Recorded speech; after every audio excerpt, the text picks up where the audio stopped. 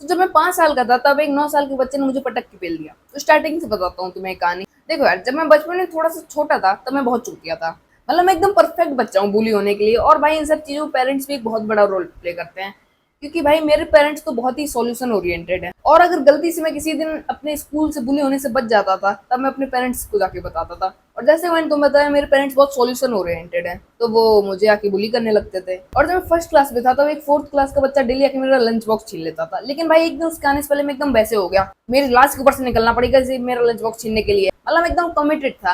मैंने सोचा था आज या तो ये नहीं या तो मैं नहीं। वो बुली मेरे पास आया मेरा लंच बॉक्स छीनने, और मैं एकदम गुस्से में था। फिर उसने मुझसे आकर बोला, बेटा मैं तुम्हारे बाप समान हूँ, मुझे चुपचाप अपना लंच दे दो। फिर मैंने गुस्से में बोला, ओके पापा।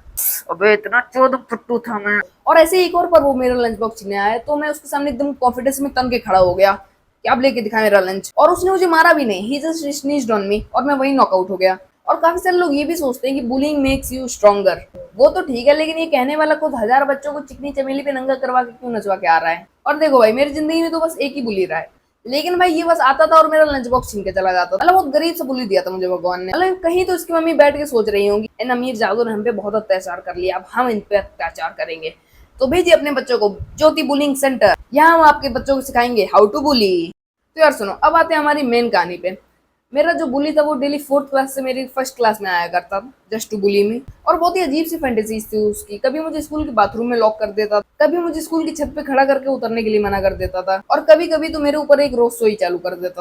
तो एक बार की बात बता रहा हूँ तुम्हें, ये लंच में मेरे पास आया और मुझे बाथरूम के बाहर लेकर चला गया।